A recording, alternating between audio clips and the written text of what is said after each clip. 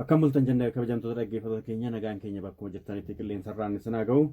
Kun qophii fayyaa jirtu torbaniin yeroo kana isiniif dhiyaatudha. Qophii keenya torban darbee keessatti waa'ee rakkoo kalee yookaan dhibee kalee ilaalchisuudhaan kutaa tokkoffaasaa keessatti doktera affeerrannee dhimmoota sanarratti waliin dubbachaa turreerra. Gaaffilee isin biraa ka'aniifis deebii kennaa turreerra.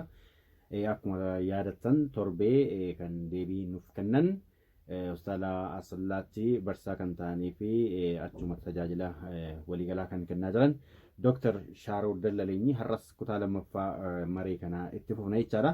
Dr. Shaaroo Dallaleenyi har'as gaaffii keessaniif deebii kennuudhaaf dhimmoota hafan irrattis waliin marachuudhaaf istuudiyoo keenyatti nuuf argamaniiru. Dr. Shaaroo maqaa dhaggeeffattoota keenyaatiin baga nagaan dhuftan jenna. Baga nagaan eegdan. Eegan dhaggeeffattoota keenya gaaffilee isin biraa ka'an toora bilbila keenyaa 022 yookaan 022 dhumasaa 34 jettanii jirtanii sararratti bilbiltanii gaaffii dhimma dhibee kalee irratti keessumaati torbee dhimmootan kan inni irratti har'a carraa argadhee gaaffii kana tun dhiyeesse kan jettan yoo jiraate sanarratti yaada keessan nuuf erguu dandeessu gaaffii keessan nuuf dhiyeessuu dandeessu. Akkasumas immoo yaada adda addaa nu kennuudhaaf karaa ergaa gabaabaa qofa jechaadha. Bilbiluun hin danda'amu. Maaliif yoo bilbilame hin kaasnu garuu ergaa gabaabaa keessan keessummeessuudhaaf 0930 irratti nuuf barreessuu dandeessu. Mareen keenya egaa itti fufaa torbee kaleen maal akka taate hojiin ishee dalagaan ishee qaama keessatti maal akka ta'e dalagaa kana yoo sirriitti hojjechuudhaa baatte immoo maaltu ta'uu danda'a yookiin immoo rakkoo maaliitu ga'uu danda'a kan jedhu kana kaasnee irratti mari'achaa turree jirra. Sanaan wal qabatees gaaffileen adda addaa isin biraatiin nuuf dhiyaatanii sanarrattis deebii kennuudhaaf yaallee jirra. Akka yaadachiisaattis akka nuuf ta'uuf kaleen akka hubantuuf maaltu sababa ta'a kan jedhurraa kaane kana ittisuuf immoo namni tokko maal gochuu qaba dhumarratti wallaansi isaa maal kan jedhu. Egaa wallaansa kaleejjiin wal qabatee dhimmoonni wal xaxaan akka jiran gaaffileen adda addaa waan biraas yeroo adda addaatti akka dhiyaatu hin beekna. Gidduu kanas keessumaatii hospitaala Minilik keessatti tajaajila kana fi kan oolu kutaan wallaansa addaa tokko jalqabamee ministeerri muummee Abiyyi Ahmed bakka argamanitti eebbifamee hojii jalqabee jira. Sanaajinis wal qabatee haalli wallaansaatii biyya keenya keessatti maalirra jiru kan jedhu gara dhumaarratti kaasuu dandeenya. Kanaaf maree keenya jalqabuudhaaf kaleen akka isheen dalagaa ishee sonaan hin raawwanneef sirriitti akka hin raawwanneef wanti dhorkan dhibamuu isheetiif ka'umsa kan ta'an maal kan jedhurraa jalqabna. Dooktar gaaffii kanarraatti jalqabneeneeti. Tolee galatooma. Akkuma yaadatamu torbaan darbe waa'ee kalee irratti wantoota tokko kaasuu jalqabnee turre keessattuu waa'ee faayidaa kaleen keenya haala akkaataa kamiin akka miidhamuu dandeessu haala wantoota tokko kaasuu jalqabnee turre. Kanuma irratti amma sababoota rakkoo kalee fidan yookiin immoo dhibee kalee fidan sababoota garaagaraatitu jiru. Akkuma torbaan darbe jenne rakkooleen tokko dhalootaanis kan jiraachuu danda'antu jira. Dhalootaan kaleen namaa fayyaa ta'uu baachuu dandeessi yookiin immoo rakkoolee haala uumamaa wajjin wal qabataniin rakkoon fayyaa kalee dhaqqabuu danda'a. Kana yoo jennu dhalootaanis jechuun sanyiidhaanis wal qabatee rakkooleen dhufuu danda'antu jira.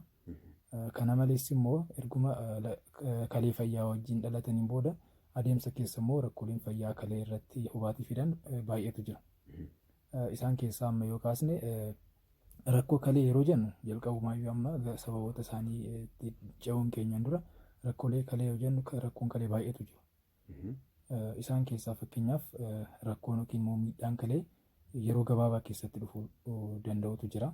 Acute kidney injury yookiin immoo acute renal failure kan jennu jira. Kana jechuun yeroo gabaabaa keessatti kaleen keenya miidhamtee sadarkaa olaanaa irra gahuu dandeessi. Kan biraa immoo turtii yeroo dheeraa keessa kaleen keenya miidhamuu dandeessi. Akka haaluma isaanii sababoonni isaas garaagarummaa qabaachuu danda'u. Kan biraa immoo cirracha wajjin wal qabatee cirrachi kalee yookiin immoo cirrachi ujummoo fincaanii keessa jiraachuu danda'a. Kan biraa immoo infekshiniin garaagaraa kutaa sirna usaansaa keessa kalee dabalatee yookiin immoo ujummoolee fincaanii fi caasaalee sana gadi jiran hubuu danda'an. Akkasumas immoo rakkooleen biroo kaansariin fa'aa dabalatee jiraachuu danda'u. Kan maaliif hin jedhee Akkaatuma garaagarummaa rakkoo kalee kanaatiin sababoonni isaan fidanis garaagarummaa qabaachuu waan danda'aniif jechuudha. Kanaaf rakkoo kalee kana yoo jennu amma kaleen keenya haala gaariidhaan hojjechuudhaaf tokkoffaa dhiigni gara kalee deemu haala barbaachisaa ta'een kun yookiin immoo haala gahaa ta'een deemuun irra jiraata. Kanaaf wantoonni dhiiga gara kalee deemu hir'isan rakkoo kalee fiduu danda'u jechuudha. Innis akkaatuma miidhaa isaatiin wal qabatee rakkoo kalee yeroo gabaabaa yookiin immoo isa acute renal failure jennu akkasumas immoo rakkoo kalee yeroo dheeraa booda dhufu fiduu danda'u. Dhiigi sirriitti gara kalee deemuu dhabuunsaa rakkoolee kana lamaan fiduu danda'a. Rakkoolee kana fiduu danda'a. Maaliif kaleen keenya akkuma kutaa qaama keenya biroo dhiiga barbaaddi, oksijiinii barbaaddi yookiin immoo akkasumas immoo niwutirantii garaagaraa ni barbaaddi. Kanaaf dhiigni gara kalee deemu hir'ate jechuun wantoonni kaleedhaaf barbaachisan kunniin waan haala gahaa ta'een hin deemneef kaleen keenya miidhamuu dandeessa jechuudha. Kanaaf haalli kun immoo yeroo gabaabaa keessatti ta'uu danda'a immoo turtii yeroo dheeraa keessatti ta'uu danda'a jechuudha. Wantoonni rakkoo yeroo gabaabaa kana fidan tarii amma dhiigni sirriitti gahuu dadhabuun sababa adda addaatiin wal qabatuu danda'a. Garuu amma yeroo tokko tokko maaltu natti torbeellee gaafatame gaaffiin kun. Ba'aa humnaa olii baachuu yeroo baay'ee taa'uu wanta akkasii karaa fagoo deemuu fa'aa kan jiran tarii isaan kun kana keessatti ramadamu moo yookaan immoo wanti addaatu jira akka dhaggeeffattoota keenyaaf haa ta'utti jedheeti. Rakkoolee garaagaraatu jira. Kana wajjinis wal qabate ba'aa yookiin immoo hojii humnaa hojjechuudhaan miidhaan kaleerra gahuu jira. Garuu inni hamma sana rakkoo yeroo baay'ee namarratti qunnamuu ta'ee osoo hin ta'in keessattuu hojii humnaa yeroo dheeraa kan hojjetan yoo ta'e rakkoon kun maalirraa dhufa? Maashaan keenya yeroo hojii irratti yeroo dheeraadhaaf kan hirmaatu ta'e wantoonni maashaa keenya keessaa bahantu jiru. Keessattuu maayogiloobiin wanta jedhamutu jira. Maayogiloobiiniin kun immoo yeroo maashaan keenya garmalee hojii humnaa olii yeroo dheeraadhaaf hojjennu kan gadhiifamu yoo ta'u, maayogiloobiiniin kun erga maashaa keenya keessaa bahee gara kalee keenyaa deema jechuudha. Dhiigaan achi deema. Dhiigaan baatametti gara kalee keenyaa deema. Inni kun immoo kaleedhaaf wanta miidhaa geessisu. Kanaaf rakkoon kalee sababaa hojii humnaatiin kan dhufu tokkoffaa yeroo dheeraa yoo hojii akkasiitti irratti kan hirmaannu ta'ee fi hojii humnaa olii garmalee maashaa keenya miidhu kan ta'u yoo ta'e rakkoon kalee haala kanaan nurratti dhufuu danda'a jechuudha. Inni kun yeroo gabaabaa keessattis ta'uu danda'a yookiin immoo miidhaa yeroo dheeraa fiduus danda'a. Akkaatuma hojii sana hojii wal qabate rakkoon inni fidu garaagarummaa qabaachuu danda'a. Garuu haala kanaan jechuudha yeroo hojii humnaa olii hojjennu rakkoon kalee kan nurra dhaqqabuu danda'u jechuudha. Kan biraa rakkoon kalee yeroo gabaabaa yeroo jennu keessattuu namoota dhukkuba birootiin miidhamanii keessattuu namoota hospitaala keessa yeroo dheeraaf ciisan yookiin immoo dhukkubbii birootiin garmalee miidhaman irraa kan ka'e rakkoon kalee kunis nurratti dhaqqabuu danda'a. Innis maaliif rakkoon kun yeroo jiraatu tokkoffaa akkuma sila jedhe dhiigni gara kalee keenya deemu garmalee gadi bu'uu danda'a. Haalli kun immoo kaleen keenya yeroo gabaabaa keessatti akka miidhamtu godha. Akkasumas immoo infekshiniin garaagaraa jiraachuu danda'u. Infekshiniin kalee keenyas kutaa qaama keenya biroos miidhan yeroo sanatti jiraachuu danda'u. Kaleen keenya yeroo gabaabaa keessatti akka feelgootu yookiin immoo akka hojii ishii idilee akka hin hojjenne taasisantu jiru. Kan yeroo dheeraa immoo fakkeenyaaf yeroo dheeraa ji'oota yookiin immoo waggaa dheeraa keessa rakkooleen fayyaa kaleerra dhaqqabuu danda'antu jiru.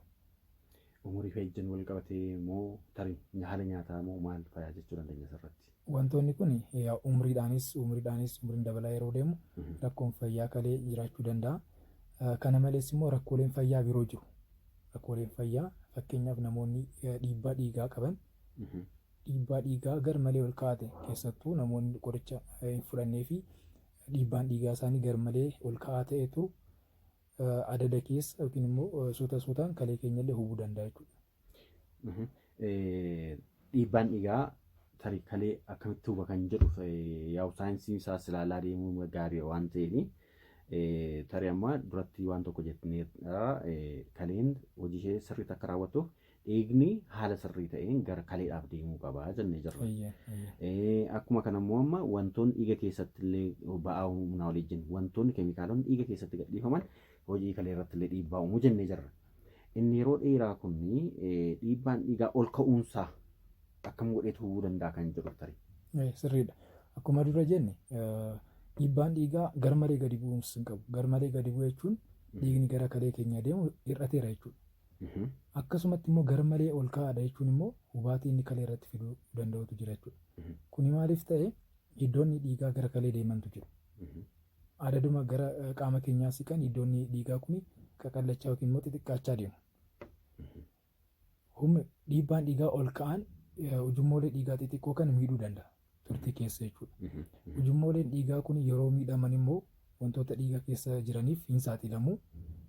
Dhiigni keenya iddoo sana deemee itituu danda'a yookiin immoo infilaameeshiniin garaagaraa iddoo sanatti raawwachuudhaan hiddi dhiigaa sun dhiphachuu danda'a. Kanaafuu ujummooleen dhiigaa kan kalee keessa jiranis akka haaluma kanaan hubamu waan ta'eef kalee irratti dhiibbaa geessu jechuudha. Sirriitti. Isa yeroo dhiibbaan dhiigaa gadi bu'u dhiiga garas deemutu hir'ate. Amma immoo dhiigni garas deemu hir'achuu baatus hiddi dhiigaa toora sana jira waan miidhamaniif dhiphachaa deemu adeemsa keessa cufamaa deemu dhiigni darbee gara kalee keenyaan deemu jechuudha.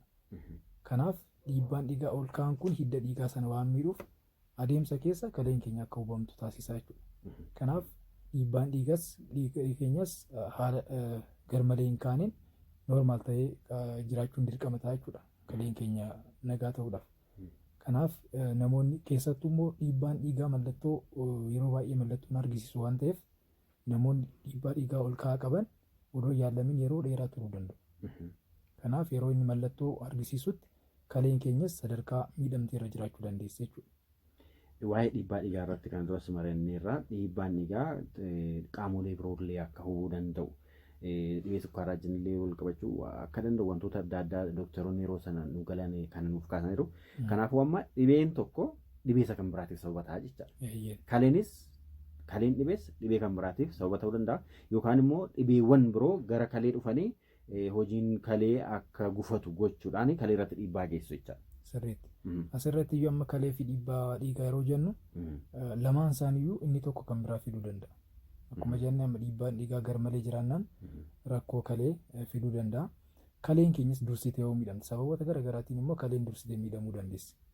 Yeroo sanittis immoo kaleen keenya miidhamte taanaan dhiiga keenya sirriitti to'achuu hin dandeessu akkasumas immoo dhangala'aa qaama keenya keessa jiru yeroodhaan qaama keenya keessa akka ba'u waan hin gooneef sababa dhangala'aan qaama keenya keessa jiru baay'achaa deemuun dhiibbaa dhiigaa nutti fiduu danda'a. Kanaaf kaleenis dhiibbaa dhiigaa fiduu dandeessi akkasuma immoo dhiibbaan dhiigaa garmalee ol ka'aa ta'es kalee keenya hubuu danda'a jechuudha. Fayyee taa'uun tarii sababoota yeroo dheeraa irra jirra umurii ilaalleerra dhiibbaa dhiigaas sababoota dhibeewwan kan biroos ilaalleerra tarii kan biraan yoo jiraate jedheeti. Dhukkuboonni biroos jiru fakkeenyaaf dhukkuba akkuma dura jettan dhukkubni sukkaaraa rakkoo kalee dhukkuboota fidan keessaa isa guddaadha. Dhukkubni akkuma dhiibbaa dhiigaa sukkaarri keenyallee to'annaa jalaa bahee yeroo dheeraadhaaf kan turu yoo ta'e sukkaarri garmalee ol ka'e kun kalee keenya irratti rakkoo fiduu danda'a jechuudha. Kanaaf namoonni dhukkuba sukkaaraa qabanis adeemsa keessa yeroo dheeraan booda jechuudha. Yeroo jalqaba irratti rakkoon kun mul'achuu baachuu danda'a.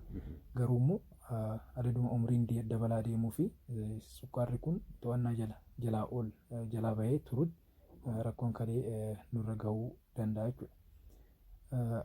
Kana malees immoo rakkooleen biroo jiru fakkeenyaaf rakkoon onnee yookiin immoo onneen keenya yoo kan dadhabdu ta'e sababa dadhabuu onneetiin dhiigni gara kalee keenyaa deemu hir'achuu danda'a. Innis miidhuu danda'a. Sababoota baay'eetu jira.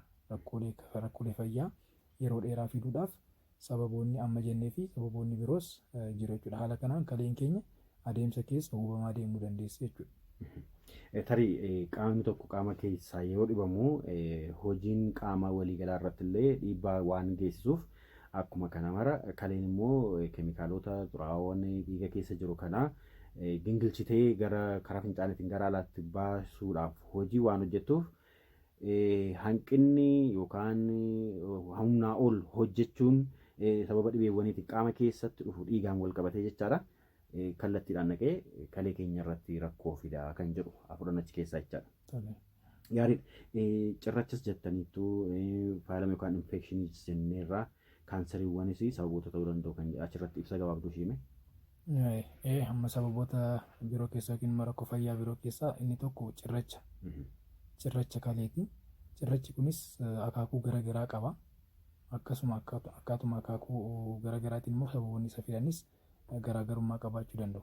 Cirrachoonni fakkeenyaaf cirrachi kan uumamu noormaalii yeroo albuudni yookiin immoo keemikaalonni garaagaraa fincaan keessatti kuufamanii hammamtaan isaanii iddoo sanitti dabalaa deemu yeroo gara wanta jajjabootti jijjiiramaa deemanidha. Bulbulamuu dadhabanii yeroo walitti hidhatan jechaadha. Dhangala'aan isaan bulbuluu fi hammamtaan isaanii yoo waliin simne ta'e bulbulamuu waan hin dandeenyeef gara cirrachaatti yookiin immoo gara wanta jajjaboo garaagaraatti jijjiiramaa deemu jechuudha. Haalonni wantoota kana sanaaf sababa ta'an tokkoffaa wanta cirracha uumuu sana qaamni keenya garmalee maddisiisa yoo ta'e elektiroolaayitii ta'uu danda'a, albuuda garaagaraa ta'uu danda'a. Qaamni keenya wanta sana garmalee kan maddisiisu yoo ta'e yeroo kaleen qaama keessaa baasuuf jettutti inni hammi isaa garmalee ol ka'aa waan ta'eef cirracha uumuu danda'a jechuudha. Kan biraa immoo kaleen keenya hammamtaan yookiin immoo hojiin ishii yoo gadi bu'aa deeme wanta sana dhimbiibdee baasuu hin dandeessu jechuudha. Tokkoffaa wanta santu garmalee qaama keenya keessatti dabalee sababa saniin kaleen keenya fayyaa taatus hammi isaa garmalee ol ka'aa waan ta'eef qaama keessaa dhimbiibdee baasuu hin dandeessu cirrachisuun uumamuu danda'a. Yeroo tokko tokko immoo hammi wanta sanaa garmalee ol ka'aa ta'uu danda'a yookiin immoo haaluma nagaarra jiraachuu danda'a. Garuu sababa kaleen keenya dhimbiibdee baasuu hin dandeenyeef qofa wanti sun cirracha uumuu danda'a jechuudha. Kanaaf cirrachoonni garaagaraatu jira. Kaalseemii cirracha kaalseem ogzaaleet jedhamutu jira. Kaalseem foosfeet jedhamutu jira. Albuuda kaalseemii wajjin wal qabatanii wantoota cirrachoota uumamantu jira. Akkasumas immoo infekshinii kalee wajjin wal qabatee infekshinii baakteeriyaa garaagaraatiin dhufu wajjin wal qabatee cirrachi uumamutu jira. Like Struvaayit Stoon kan jedhamantu jiru. Isaan sababa saniin uumamuu danda'u. Akkasumas immoo aminoo asiidii yookiin immoo pirootiinoota garaagaraa qaamni keenya yoo qaama dhimbiibee baasuu dadhabu cirrachoonni garaagaraa uumamuu danda'u jechuudha. Kanaaf gabaabumatti kana yeroo jennu wantoonni kun amma garaagarummaa qabaachuu danda'u. Rakkoon isaan fidu garuu tokkoffaa wantoota qaama keenya keessatti wantoota sana dabaluu danda'u.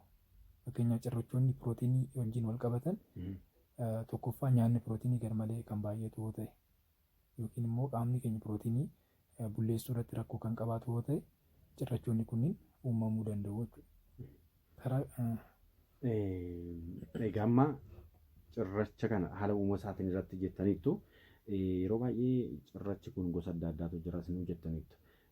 Keessumaa hammamtaa isaanii wajjin wal qabate tokko tokko dhiqamee fincaanii subahuu danda'a tokko tokko immoo hin bahu yookiin immoo opereeshinii barbaada boodara wal'aansaatiin kaasna sanaajinis addaan qoornee kaasuu dandeenya hammamtaa cirracha kalee keessatti uumu kan immoo maaltu murteessa kaan xixiqqaatee uumamee salphaatti dhiibamee illee bahuu danda'a kaan immoo yoo baqaqsanii wal'aanuudhaan yoo ta'u baate haalli ittiin baanii jira namoonni rakkoo kanaaf saaxilaman illee tajaajila wal'aansa baqaqsanii wal'aanuu sana keessa kan seenan qabatamaadhaan kan beeknu jira waan ta'eef kun akaakuu cirrachaa sana wajjin akka wal qabatu yookiin immoo cirrachuun akkasii akka uuman kan godhu albuudotni kun dhangala'aan qaama keessa jiru sun kaleen immoo dalagaa ishee dalaguu dhabuun ishee akkuma jedhu ta'e wanti biraa wanti murteessa jira guddina isaa xeenneenya isaa irratti jechuudha.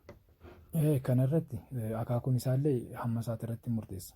Cirrachoonni tokko tokko cirracha guddaa kan uumantu jira. Kuuwwan immoo cirracha xixiqqaa akka uumamu cirracha xixiqqaa baay'ee akka uumamu taasisuu danda'u. Kan biraa immoo turtii isaati. Cirrachi kun akkuma jenne albuudonni kunniin kuufamaa yeroo deemanitti kan isaan gara wanta jajjaboo yookiin immoo cirracha kan uuman. Kanaaf isaan sun yeroo dheeraadhaaf kan turan yoo ta'e cirrachi hangi isaa guddachaa deema jechuudha. Kan biraa hammamtaan dhangala'oo nuti fudhannus baay'ee murteessaadha. Jechuun yeroo dheeraadhaaf dhangala'aa bishaanii fi wantoota dhangala'aa kanneen hin fudhannu yoo ta'e cirracha kanaaf haala mijataa uuma.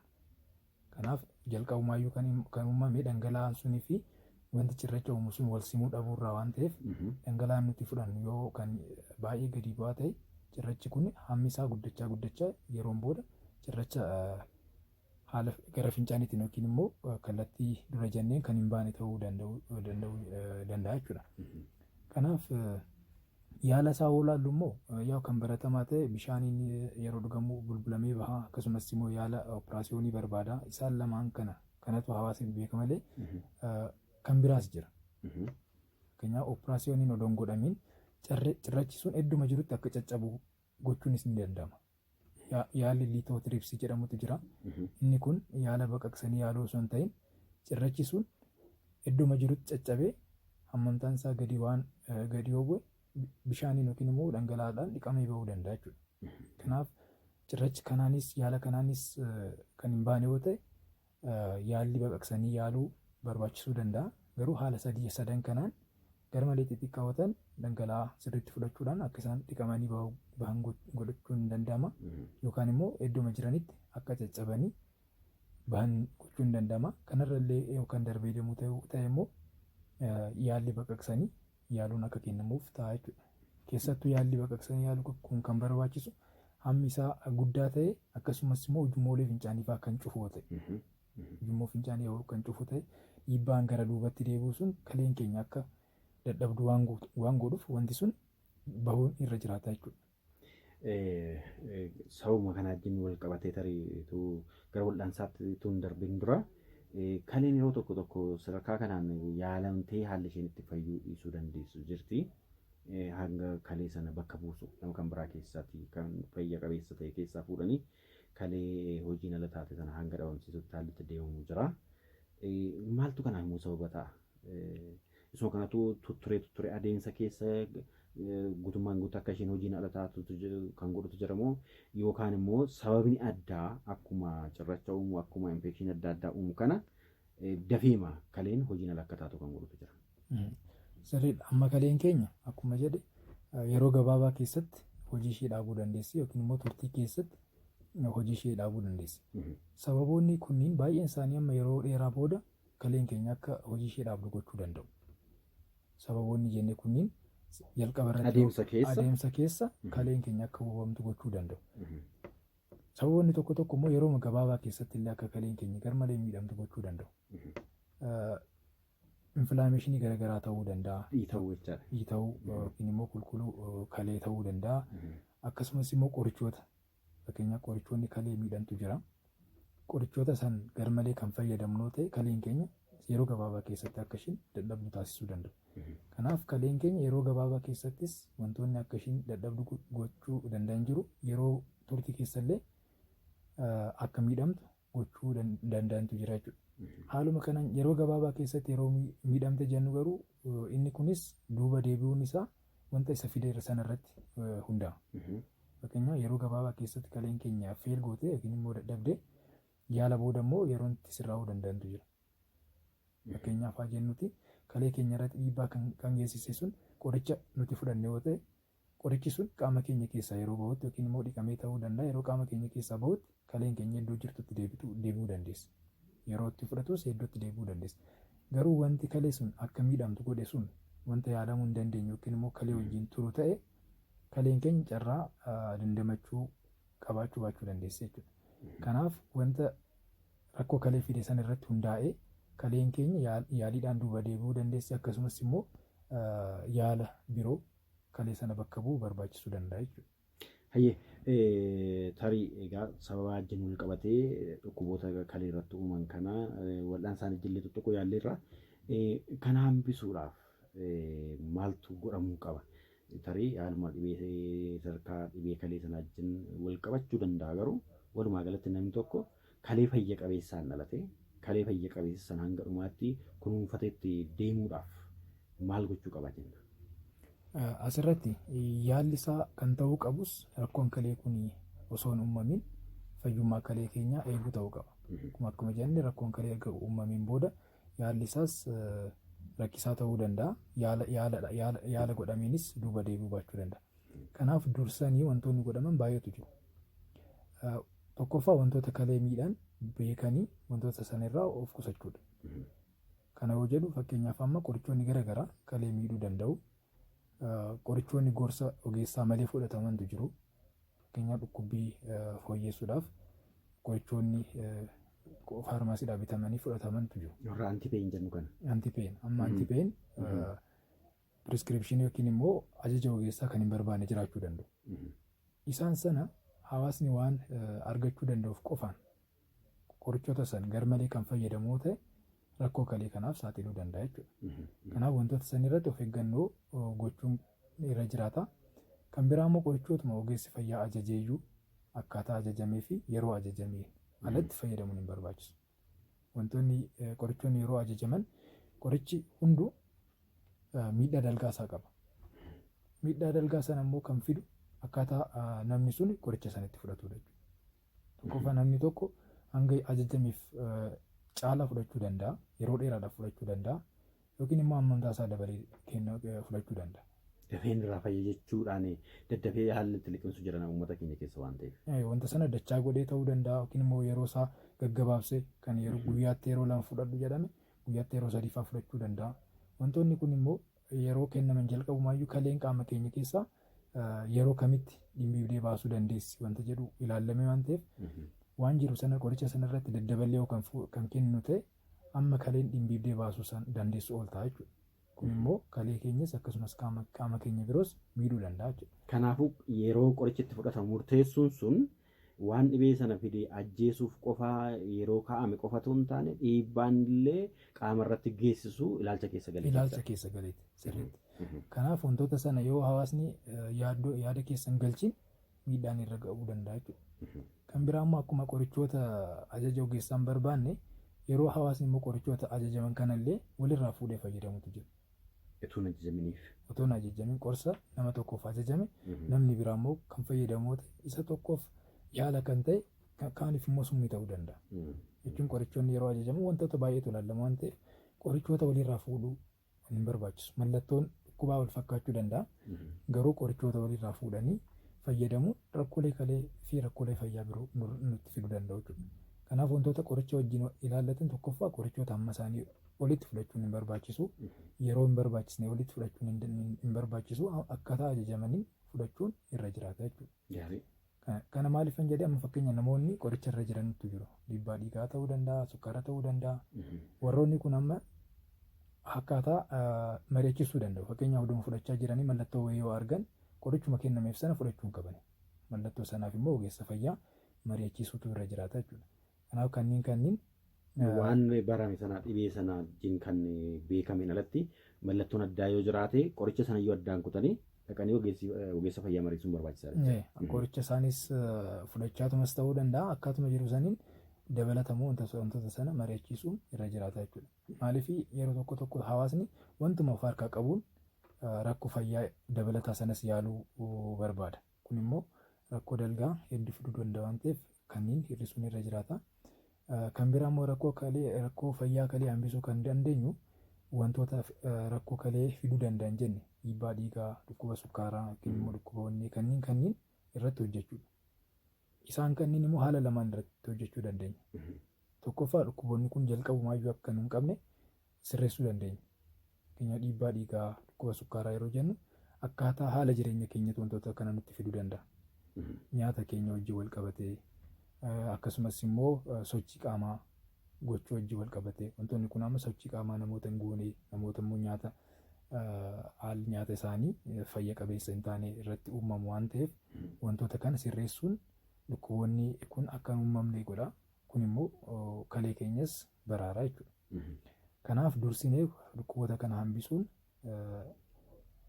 fala tokko. Kan biraa immoo dhukkuboonni kun erga uumamanii booda ammas immoo akka jennu dhukkuboonni kun uumamuu isaanii qofa osoo hin ta'in yaala gahaa argachuu baachuu isaaniitti rakkoo biraa kan ta'u. Namni tokko jalqaba dhiibbaan dhiigaa akka irratti mul'anneen hojjeta. Akka carraa ta'e dhiibbaan dhiigaa irratti argame taanaan immoo yeroodhaan yaalamee dhiibbaan dhiigaa sun garmalee ol ka'aa akka hin taane gochuudhaan rakkoo kalee fiduu dhufuu danda'u hambisuu danda'a jechuudha. Dhukkuba sukkaaraas ta'uu danda'a, dhukkuboonnis ta'uu danda'a akkasumatti jechuudha. Wantoonni kun yaala gahaa argatanii yeroo yeroodhaan sakatta'uun yoo danda'an rakkoo kalee sana hambisuu dandeenya jechuudha. Kanaaf haala lamaan isteeppii lamaan wantoota kana hambisuu dandeenya jechuudha. Dhibee wajjin wal qabatee jechaadha. Dhibee wajjin wal qabatee kanneen gochuu dandeenya. Kan biraa immoo wantoota dabalataan nuti gochuu qabnu fakkeenyaaf dhangala'aa gahaa fudhachuu wantoota amma nama hundaafuu kan gorfamu bishaan gahaa fudhachuun rakkoo kalee baay'ee fooyyessuu danda'a. Kun xuraawaan qaama keenya keessaa dafee akka bahu gochuu danda'a. Wantoota cirracha kalee uuman hambisuu danda'a. Akkasumas immoo infekshiniidhaaf iyyuu haalli mijataa akka hin uumamne gochuu danda'a.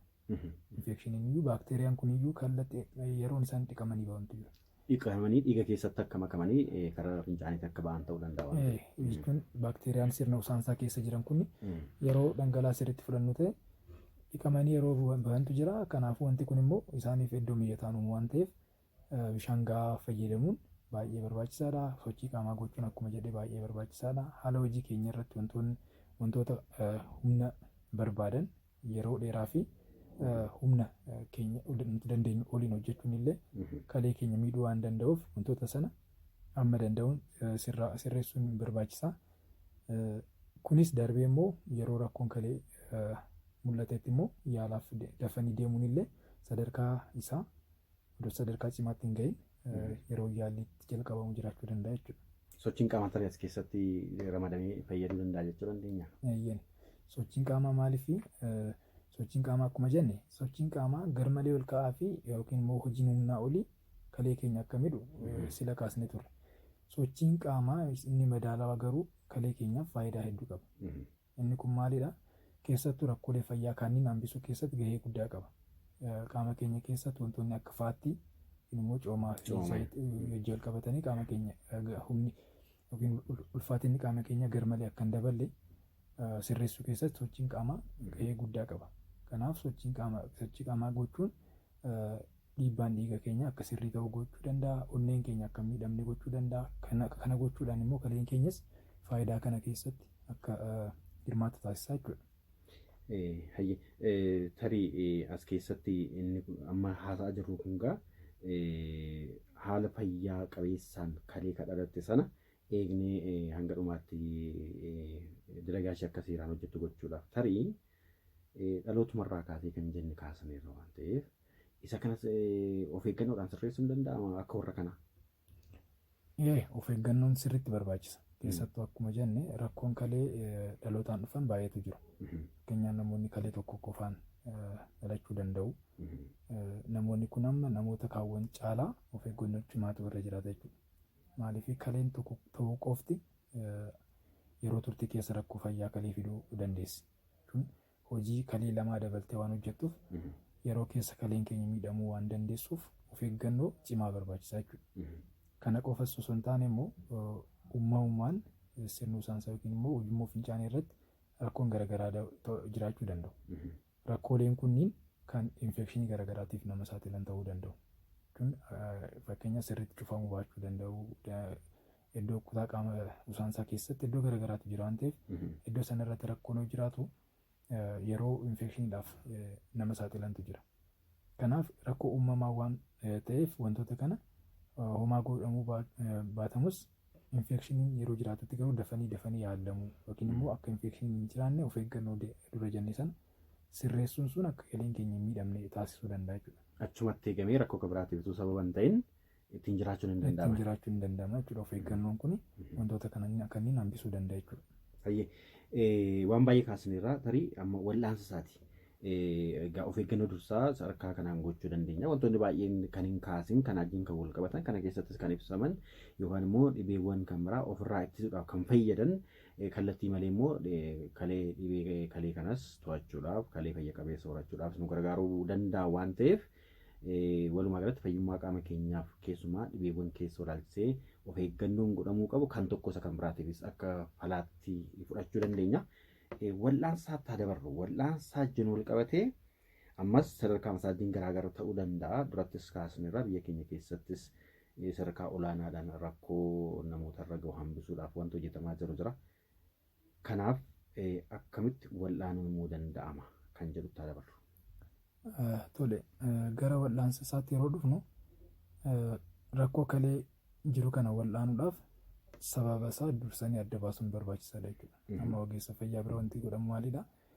Rakkoon fayyaa jiraachuun isaa erga barameen booda rakkoo fayyaa kalee kana maaltu fide kan jedhu immoo gaaffii ta'a jechuudha. Sababni isaas maalidha? Yaalli isaa baay'een rakkoolee kalee fidan kana dhabamsiisuudha. Fakkeenyaaf amma akka jenne rakkoolee fayyaa hedduu wajjin wal qabatee rakkoon fayyaa kalee dhufuu danda'a. Kanaaf beezikalii wantoota kalee miidhan kana yeroo yaallutti kaleen keenya immoo sirraa dhufuu dandeessa jechuudha. Yaalli isaa tokko wantoota rakkoo fayyaa kalee fidan kana yaaluudha. Kan biraa immoo yaalli isaa kaleen keenya dadhabdee jirti. Sababa dadhabuu kaleetiin wantoonni qaama keenya keessatti hin barbaachisne hedduun isaanii jiraachuu danda'u. Fakkeenyaaf amma dhangala'aan qaama keenya keessa garmalee baay'achuu danda'a. Isa kanas qorichoota garaagaraa fayyadamnee qaama keenya keessaa dhangala'aan sun akka bahu gochuun irra jiraata jechuudha. Kan biraa immoo elektiroon akkuma jenne amma wantoota garaagaraa dhimbiibdee qaama keenya keessaa xuraawaa garaagaraa dhimbiibdee baasuun gahee kalee ture. Garuu kaleen keenya dadhabde taanaan immoo wantoota sana qaamni keenya akka dhimbiibee baasu yookiin immoo yaala addaa godhamuuf irra jiraata jechuudha. Akkasumas immoo wantoonni qaama keenya keessatti akkuma baay'atan yeroo immoo wantoonni barbaachisoo ta'an immoo hir'atantu jira. Fakkeenyaaf namni sababa rakkoo kaleetiin hir'inni dhiigaa itti dhufuu danda'a. Kanaaf hir'ina dhiigaa kanas yaaluun asuma jalatti hammatamaa jechuudha. Elektiroolaayitoota garaagaraa yeroo miidhamanitti wantoota sana sirreessuu, kan baay'atanis immoo qaama keenya keessaa maloonni ittiin ba'an waan jiraniif isaan gochuun kaleen keenya akka dandamattu gochuu danda'a jechuudha. Akkuma jenne immoo akkuma wantoota sababa isaanii irratti hundaa'ee kaleen guutumattis bayyanachuu dandeessi yookiin immoo rakkoon kun akka sadarkaa cimaatti hin ceene dhorkuun danda'ama jechuudha. Cirrachaa wajjin wal qabatee durattis kaasneerra. Cirracha sana karaa adda addaa dhabamsiisuun ni danda'ama jenneerra. Sanarra hin deebinu. Garuu kaleen yeroo hojii ishee diyaalisis kan jedhamu tokkotu jira. Inni maayinni sanarra darbee immoo akkuma kana kalee bakka buusuudhaan wal'aanuun jira. Isaan kunoo sadarkaa maalirratti wal'aanamu? Warreen kanaan amma kan jenne kanaan yoo dadhabame sadarkaa sanatti seenamu jalqabarraa kaasee sadarkaa wal'aan sadarkaa sanaan akka tarkaanfii fudhannuuf kan nu dirqisiisu jira. Sirriidha. Yaalli kalee rakkoo fayyaa kalee keessaa diyaalisisii fi yookiin immoo kalee sana bakka buusuu tiraansplaant isa jennutu jira. Wantoonni kun yaala nama hundaaf kennamanii miti. Kun sadarkaa kaleen miidhaa kalee irratti hundaa'e yeroo kaleen keenya garmalee miidhamtu yaalli kun barbaachisuu danda'a jechuudha. Wantoota kana yeroo laallu amma diyaalisis kan jennu akkuma jenne hojii kalee keessaa inni tokko wantoota qaama keenya keessa jiran dhimbiibuu fi garmalee qaama keenya keessatti akka hin baay'anne immoo haala to'atamaniin akka jiraatan gochuudha. Wantoonni sun garmalees akka gadi hin buune garmalees akka waliin kaane qaama keenya keessatti to'achuudha. Rakkoon kalee kun faayidaa kalee kan nu dhabamsiise taanaan iddoo sana wanti bakka bu'u jiraachuu qaba jechuudha. Kanaaf kaleen keenya guutumatti hojii kana raawwachuu dadhabnaan diyaalisisiin hin barbaachisaa jechuudha. Diyaalisisiin kun maalidhaa? Maashiniitu jira. Maashinii kana dhiigni keenya maashinii kana keessa akka darbu goona. Kanaaf akkuma kaleen silaa gootu wantoota kana dhimbiibee wantoota garmalee ol kan sana maashinichi keessa hambisuu danda'a jechuudha. Karaa namtolcheetiin akka dhimbiibamu gochuudha. Karaa namtolcheetiin hojii kalee sana bakka buusuu jechuudha. Kanaaf inni kunis akaakuu garaagaraatu jira. Amma diyaalisisii yeroo jennu isaan tokko maashiniin diyaalisisii kun hidda dhiigaatiin ol qunnamee dhiigni keenya qaama keenya keessa erga baheen booda deebi'ee gara qaama keenya osoo hin deebiin diyaalisisii maashinii keessa darbaa jechuudha. Maashinii keessa darbee yeroo dhufu akkuma kalee keessa darbee dhufu sana dhimbiibamee xuraawaan keessaa bahaa dhufa jechuudha. Kun hidda dhiigaa wajjin wal qabsiisuudhaan ta'uu danda'a yookiin immoo peritooniyaal diyaalisis kan jedhamu jira. Garaacha keenya keessatti dhangala'aan jiru. Dhangala'aan kunis qaama keenya keessaa bahaniiti deebi'anii immoo gara qaama keenyaatti deebi'u. Isa wajjinis wal qabsiisanii xuraawaan garasa dhufe dhiqama qulqullaa'aa akka deebi'u gochuun hin danda'ama. Kan biroos jiru jechuudha. Kanaafuu haala kanaan wanti inni hojjetu maalidhaa? Kalee sana bakka bu'ee kalee yaala kaleetiif bakka bu'ee hojjechuudha malee rakkoo kalee jiru sana duuba deebisuu hin danda'u jechuudha. Garuus rakkoo yookiin immoo hojii kaleen hojjechuu irra jiraatu sana bakka bu'ee hojjeta jechuudha. Kanaafuu diyaalisisiin kun maalidhaa? Rakkoo kalee jiru sana guutumatti hin balleessu waan ta'eef yaalli kun namoonni irra deddeebi'anii fudhachuun irra jiraata jechuudha. Irra deddeebi'anii fudhatanii garuu adeemsa keessa sirrachuu danda'a. Asirratti maalidhaa? Diyaalisisii kana ol fudhachaa jiranii rakkoon kalee sun sirraa'uu danda'a. Kuni maalidhaa? Rakkoon jalqaba rakkoo kalee fide suni yoo waan sirraa'u ta'uu danda'a.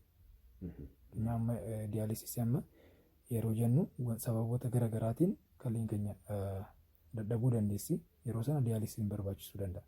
Garuu yeroo diyaalisisiin hojjetamuuf sana wanti sun qaama keenya keessaa bahee yookiin immoo wanti sun fooyya'ee kan duuba deebi'uu ta'e kaleenis akkasumatti duuba deebi'uu dandeessi jechuudha. Gara fayyummaa isheetti deebi'uu dandeessi. Fakkeenyaaf qorichoota garaagaraatiin dhufee jennu qoricha qaama keenya keessa garmalee ol ka'e sana maashinii diyaalisisii kanaan yoo kan dhiqnu ta'e qorichi sun qaama keenya keessaa waan baheef rakkoon kalee sun cimaa deemuu baachuu danda'a. Kanaaf kaleenis immoo hojii humnaa olii hojjechaa turte sanarraati waan boqottuuf restoor ta'uu dandeessi gara hojii ishee idilee isaatti deebi'uu dandeessi jechuudha. Kanaafuu diyaalisisiin yeroo gabaabaaf ta'uu danda'a yookiin immoo jireenya isaanii guutuu amma kaleen suni kalee fayyaatiin bakka hin buunetti diyaalisisiin kun itti fufuu danda'a jechuudha. Akkuma jennee amma diyaalisisiin namoonni tokko tokko aga tiraansplaantii yookiin immoo kalee biraa argatanitti diyaalisisii irra turuun isaanii dirqama ta'u jechuudha. Torbaanitti yeroo 2 yeroo 3 ta'uu danda'a. Xuraawaan qaama keenya keessatti yeroo kuufamu dirqama maashinii diyaalisisii kanaan dhiqamee bahuun irra jiraata jechuudha. Sanaan amma tokko erga tureen booda yeroo birootti immoo kaleen sun jijjiiramtee tiraansplaantiidhaan yookaan immoo kalee fayyaatiin bakka buufamuu dandeessi. Yoo kan fayyuu hin dandeenye taate. Eeyyani kaleen diyaalisis maashiniin kun guutumatti kalee dandamachiisuudhaaf osoo hin ta'in kalee bakka bu'ee xuraawaa sana dhabamsiisuudhaaf yoo kan fayyadamaa jiraannu ta'e rakkoo kalee guutumatti hambisuudhaaf dirqama kaleen miidhamte sun jijjiiramuu qabdi jechuudha. Kalee kana bakka buusuu irratti hagam nama sanaa umurii dheeraa jiraachisuu danda'a kan jiru gaaffii namoota adda addaati. Tarii rakkoo xiinsammuus fiduu danda'a. Namoonni baay'een erga wanti sun irratti uumameeti amananii fudhachuu caalaa ittiin dhiphachuun haala rakkoo xiinsammuu adda addaa keessa seenantu jira.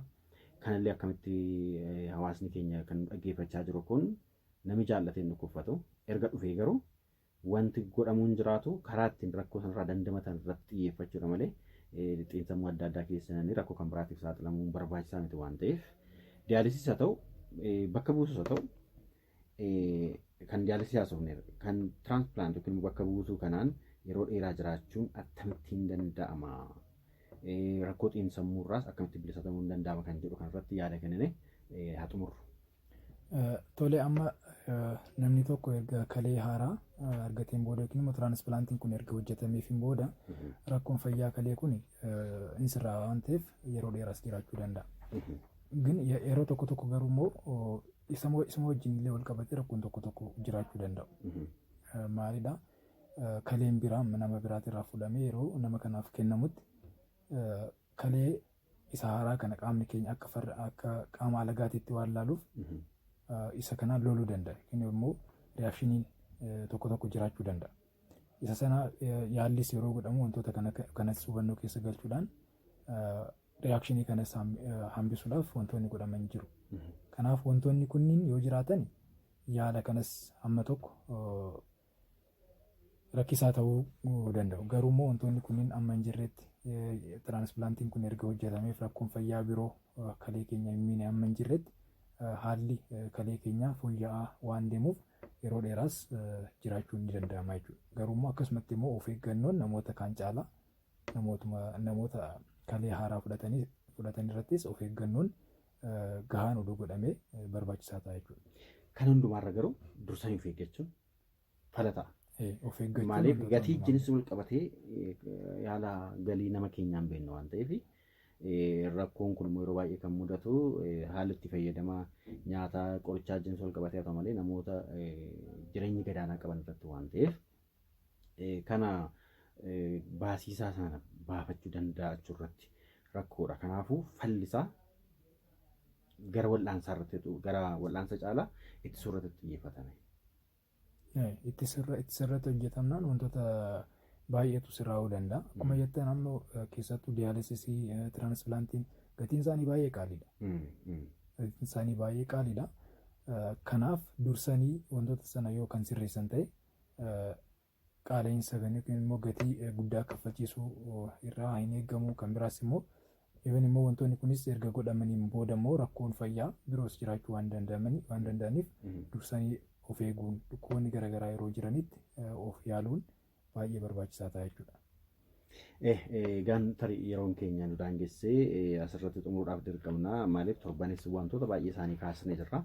Ammas immoo wal'aansa isaa irratti xiyyeeffannee kan kaasne kunis utuu sadarkaa hamaarra hin gahin dursanii of ilaaluun wantoota sababa ta'an kan irratti xiyyeeffatanii sana dhabamsiisuudhaaf deemuun barbaachisaa akka ta'edha. Yeroo baay'ee dhibeewwan nu keessatti uumaman utuu hin beekamin kalleen keenya akka hojii ishee dalgaa ishee addaan kuttu kan godhan waan jiraniif isa kanarrattis idileedhaan tarii akkuma torbee kaasaa turre idileedhaan of ilaalchisuun sakatta'amuun qorannoo fayyaa ofii gochuun barbaachisaadha kan jedhu fudhannu torban lamaaf dhimmoota fayyaa kan irratti xiyyeeffachuudhaan dalagaan maalummaaf dalagaa kan irraa kaasnee hanga wal'aansa isheetii irratti kan mari'achaa turre asirratti xumuruudhaaf dirqamnaa Dr. Shaaroo Dallaleny Yuunivarsiitii Arsii Hospitaala Asallaatti barsiisa.